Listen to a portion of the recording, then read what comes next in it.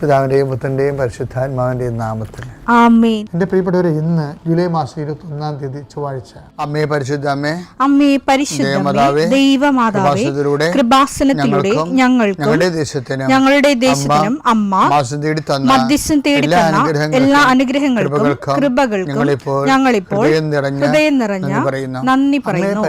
അമ്മേ പരിശുദ്ധമേ, ദൈവമാതാവേ, 2004 ഡിസംബർ 7-ാം തീയതി ഉച്ചകഴിഞ്ഞ് 2:30 കൃപാസനത്തിൽ സംഭവിച്ച അമ്മയുടെ പ്രത്യക്ഷപ്പെടലിനെക്കുറിച്ച് തിരുസഭയ്ക്ക് സമർപ്പിച്ചിരിക്കുന്ന പഠനരേഖകളുടെ മേൽ സഭാത്മകമായ പഠനം ആരംഭിക്കുവാൻ ഞങ്ങൾ പ്രാർത്ഥിക്കുന്നു. അമ്മേ പരിശുദ്ധമേ, ഭൂസ്വർലോകങ്ങളുടെ രാജ്ഞിയായ അങ്ങേയ്ക്ക് ഭൗമസംരക്ഷണത്തിനായി പ്രപഞ്ചപ്രകൃതിയെ തന്നെ തിരുസഭ പ്രതിഷ്ഠിക്കുവാൻ ഈ പ്രത്യക്ഷീകരണം വഴി ഇടയാക്കണമേ. പരിശുദ്ധമേ, ജപമാല മാതാവേ, സകല കൃപാസനം പ്രാർത്ഥനയോടും ചേർത്ത് ഞങ്ങളിപ്പോൾ പ്രാർത്ഥിക്കുന്ന ഈ കുടുംബത്തിന്റെ പ്രത്യേക നിയോഗം പറ മക്കളെ.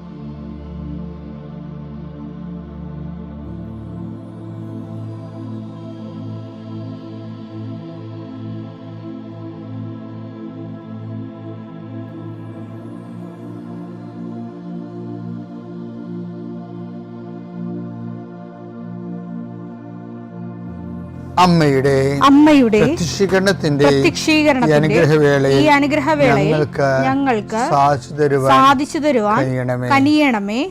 ആമേൻ. വിശ്വാസ പ്രമാണം.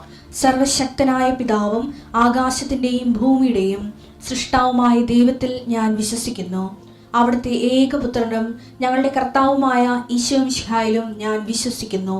ഈ പുത്രൻ പരിശുദ്ധാത്മാവിനാൽ ഗർഭസ്ഥനായി കന്യകാമറിയത്തിൽ നിന്ന് പിറന്ന് പൊന്തിയോസ് പീലാത്തോസിന്റെ കാലത്ത് പീഡകൾ സഹിച്ച് കുരിശിൽ തറയ്ക്കപ്പെട്ട് മരിച്ച് അടക്കപ്പെട്ട് പാതാളങ്ങളിൽ ഇറങ്ങി മരിച്ചവരുടെ ഇടയിൽ നിന്ന് 3-ാം നാൾ ഉയർത്ത് സ്വർഗത്തിലേക്ക് എഴുന്നള്ളി സർവശക്തിയുള്ള പിതാവായ ദൈവത്തിന്റെ വലതുഭാഗത്തിരിക്കുന്നു.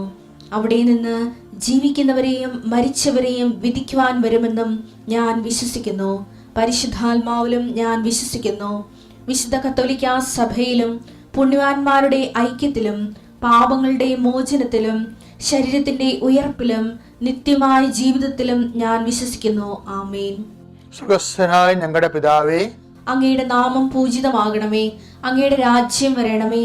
അങ്ങയുടെ തിരുമനസ് സ്വർഗത്തിലെ പോലെ ഭൂമിയിലും ആകണമേ. അന്നു വേണ്ടുന്ന ആഹാരം ഇന്ന് ഞങ്ങൾക്ക് തരണമേ.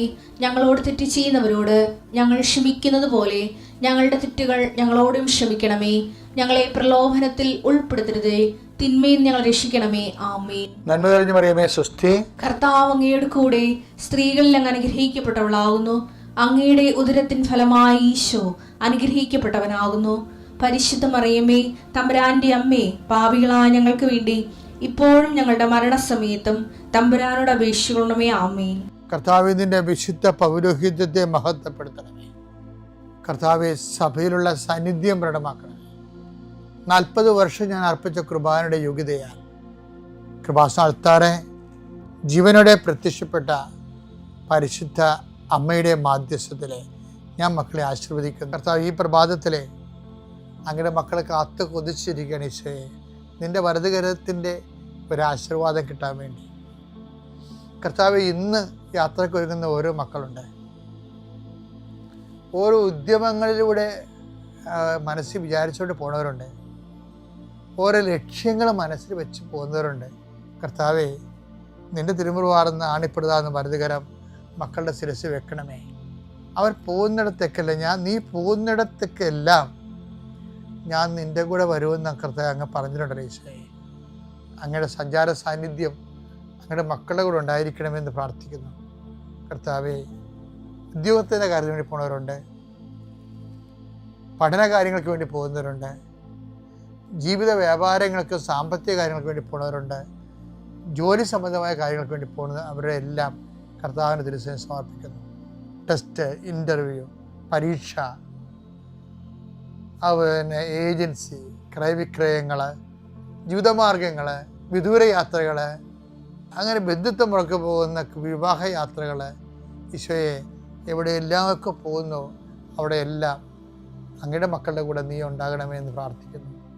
ഇന്നത്തെ മുഴുവൻ യാത്രകളിൽ കർത്താവ് നിൻ്റെ കൂടെ ഉണ്ടാവുകയും മാതാവ് നിൻ്റെ വലതുകരം ഗ്രഹിക്കുകയും സഞ്ചാരി മാതാവ് രാത്രി നീ തിരികെ വരുമ്പോൾ നിന്നെ ആരോഗ്യത്തോടെയും സമാധാനത്തോടെയും സുരക്ഷിതമായി ദൈവം നിന്നെ തിരികെ എത്തിക്കുകയും ചെയ്യട്ടെ. നിത്യം പിതാവും പുത്രനും പരിശുദ്ധാത്മാവിനെ നീക്കുവാമേ. എൻ്റെ പ്രിയപ്പെട്ടവരെ, നിങ്ങൾക്കറിയാമല്ലേ ഈ ദിവസങ്ങളിൽ ഒരു സാക്ഷ്യം ഉണ്ടായേ. ഗ്രിഗറി ജോസഫ്, അദ്ദേഹത്തിൻ്റെ വൈഫിൻ്റെ പേര് കവിത എന്നാണ്. ഗ്രിഗറി ജോസഫ്, കവിത, ഇവരെല്ലാം ഫാമിലി സഹിതം കാനഡയിലാണ്. അപ്പം എനിക്ക് ഇഷ്ടപ്പെട്ടത് ഗ്രിഗറി ജോസഫിന് ഈ ഇറ്റിനറൻ്റായിട്ടുള്ള ഇങ്ങനെ സാധനങ്ങളെ ഏജൻസിയായിട്ട് എത്തിച്ച് കൊടുക്കുന്ന എന്ത് ബിസിനസ്സാണ്. അപ്പോൾ അതുകൊണ്ട് ഒരു മിനിമം വേതനമാക്കി പുള്ളിക്ക് കാനഡ കിട്ടിക്കൊണ്ടിരുന്നത്.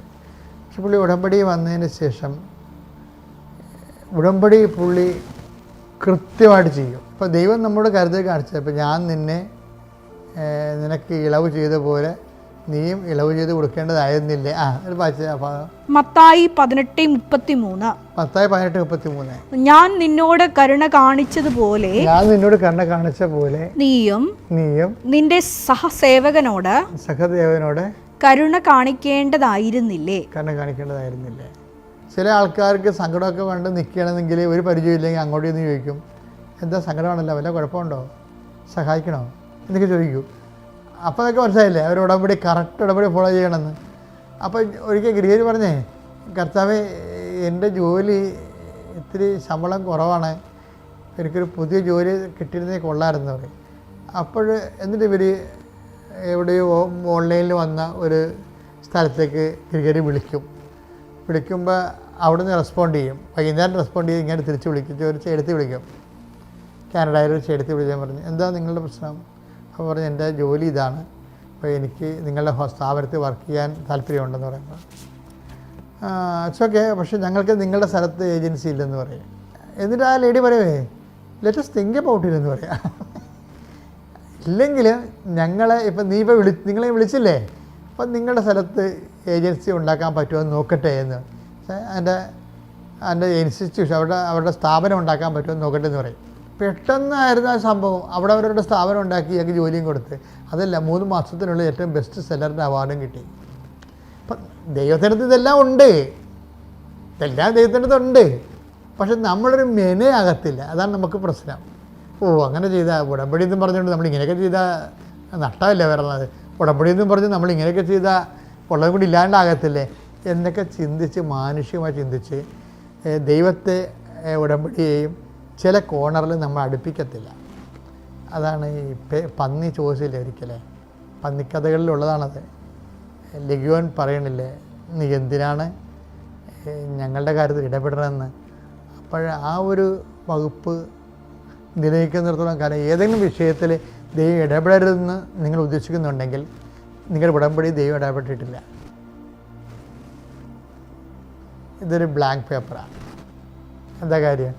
ഏതെങ്കിലും ഒരു വിഷയത്തിൽ ദൈവം ഇടപെടരുതെന്ന് നിങ്ങൾ വിചാരിച്ചിട്ടുണ്ടെങ്കിൽ നിങ്ങളുടെ ഉടമ്പടിയിൽ ദൈവം ഇടപെട്ടിട്ടേയില്ല.